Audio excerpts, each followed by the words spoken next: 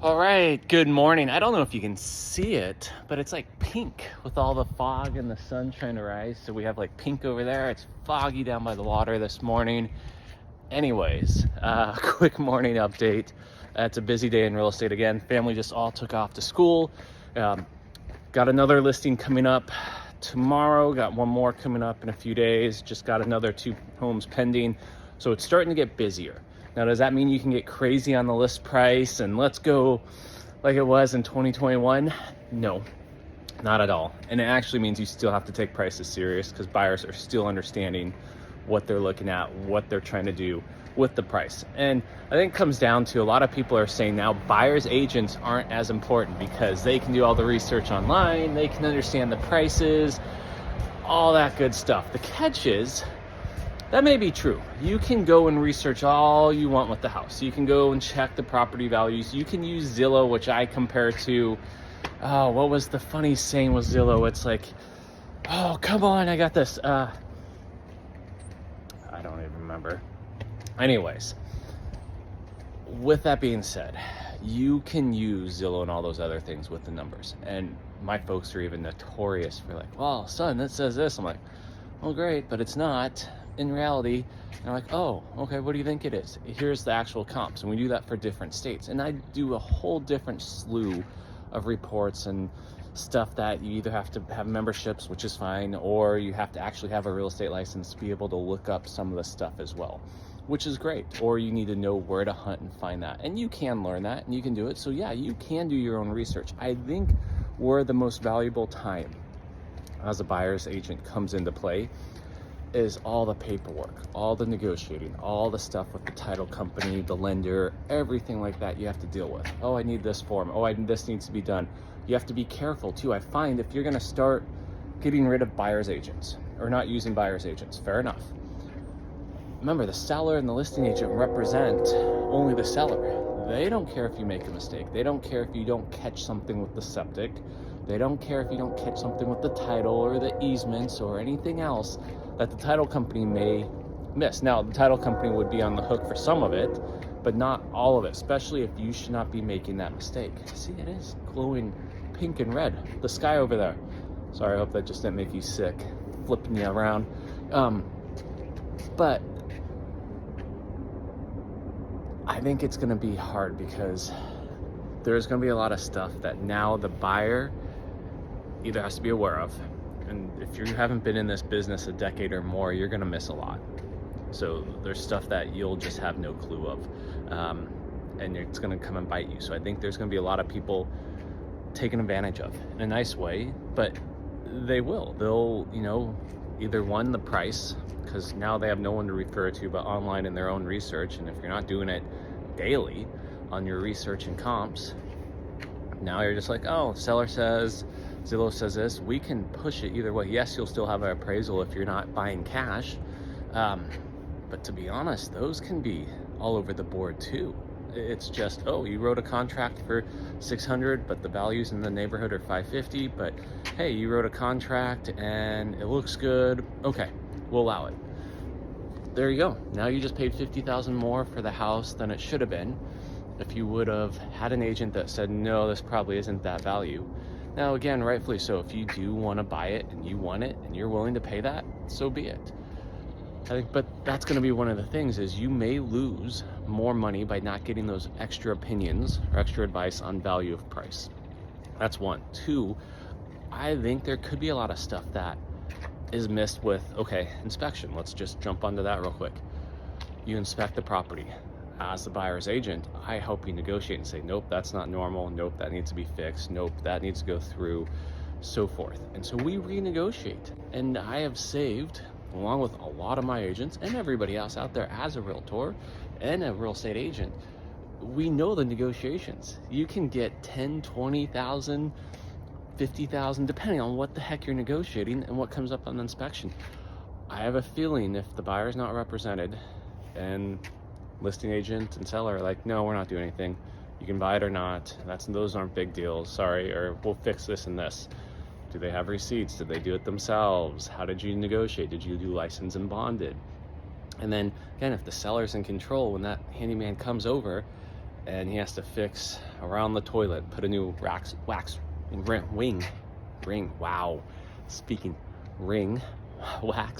ring in the toilet, and let's say the floorboards all rotted away and then some floor joists underneath it. Well, legally they only have to do the wax ring because that was in the contract. They didn't have to do anything more because you didn't negotiate that. You didn't write anything else required or fixed by licensed and bonded inspector around toilet, including floor joist or anything included, so forth, yada yada yada. If you didn't write that, and as a buyer, well, great, you negotiated a new wax ring, but you didn't negotiate anything else. Now you have a potentially $3,000-$5,000 fix after you buy the home, after you find it a year down the road, and you push through the toilet. And trust me, all this stuff, you're like, well, I can just go back and sue them. Oh, I can do that. Yeah, I think we all know who wins in lawsuits and civil courts and everything else. Lawyers, that's it. You don't win anything in any of that stuff. So the best defense is a front load defense. Not let any of that happen or minimize the damage all the way up. That's just another example. There's so much out there that you cannot catch. Well issues, septic issues, stuff that just you have no clue of. And you can say, well, I'm gonna get the best inspector. Oh, I'm gonna get advice from real estate agent. I can tell you, if I'm not on that file, I'd be so hesitant to give you advice, because not that I want to hold my information or you didn't use me, I'm not giving you information. No, I don't want to be legally liable. I don't want to say, oh yeah, I called Ron, he was on the file. Who's Ron? Ron Rougeaux, real estate agent. I called him and he said this or that. No, all this is just my opinion right now. It's not information. And so I don't want you taking this and then running, or if you call me and say, hey, this is what he said, it didn't work and now I'm gonna sue him. So you have to be so careful as a real estate agent. So if we're on the file, remember, now we're liable. So if something does go wrong on the file, doesn't mean get happy and start suing us or a listing agent, the sellers, or everything if something is there. The whole point of us is that front line of defense. You defend yourself from any issues that could come up, and we block and make sure you get the best deal. So if you don't want that, and I get it, some people are like, well, I've bought dozens of homes, and fair enough, you know it, you can go do it. You still understand all the BS that goes into it. It's like building a home.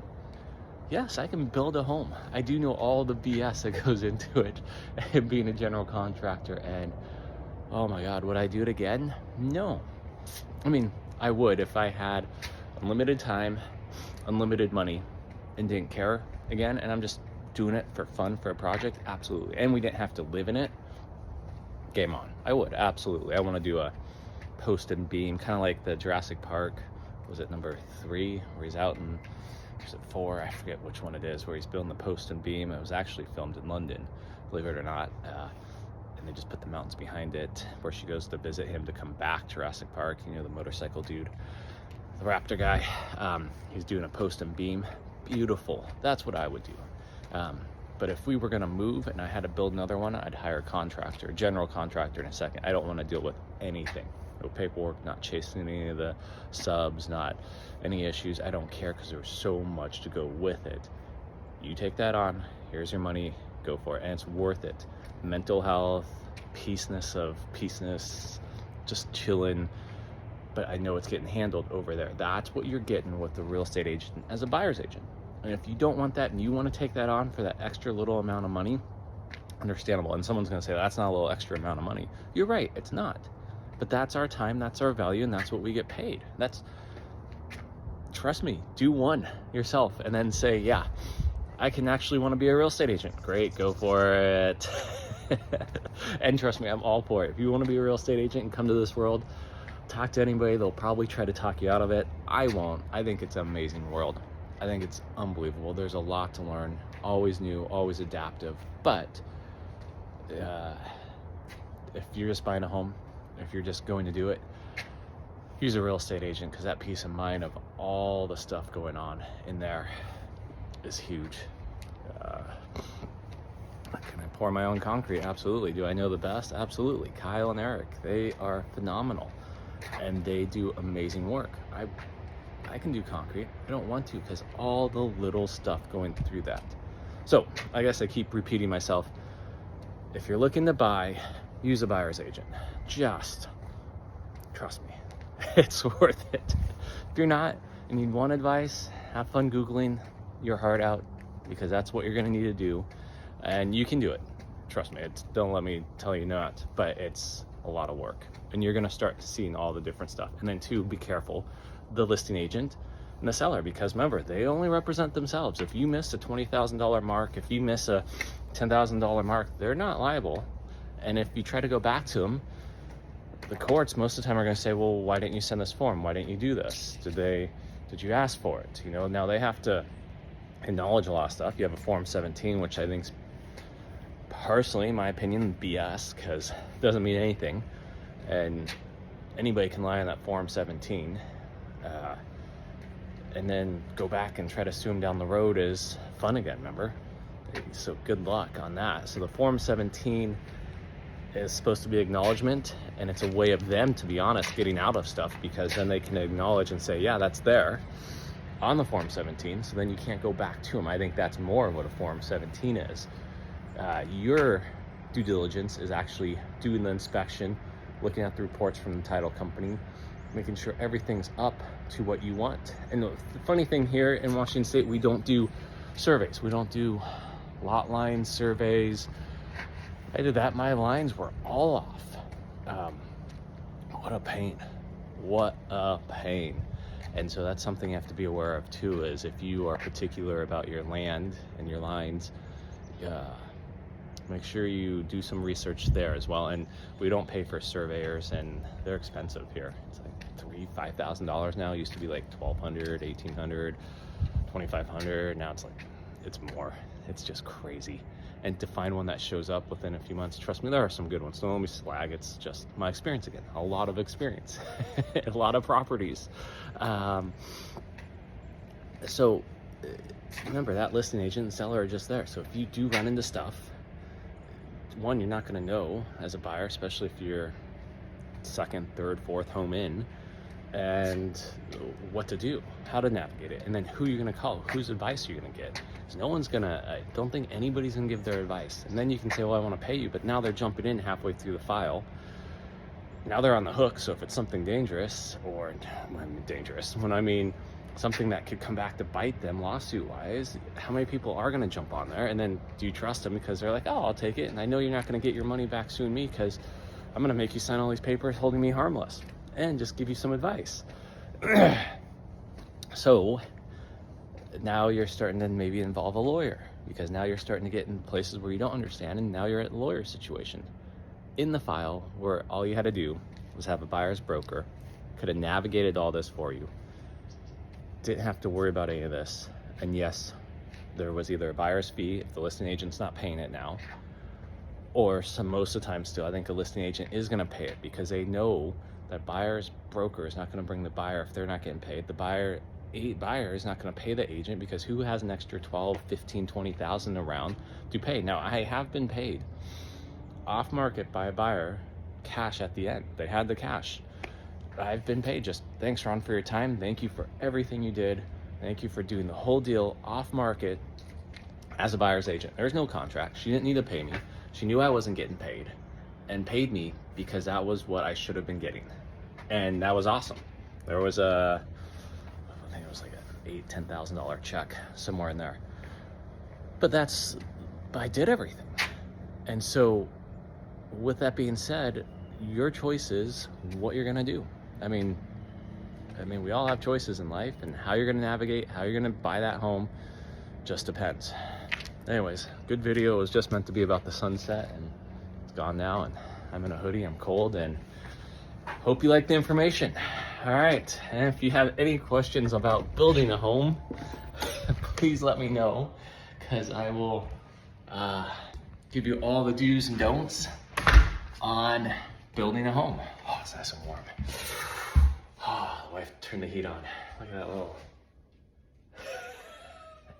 Made that for the cats. No, I'm just joking. All right, talk to you guys later. Have a good day.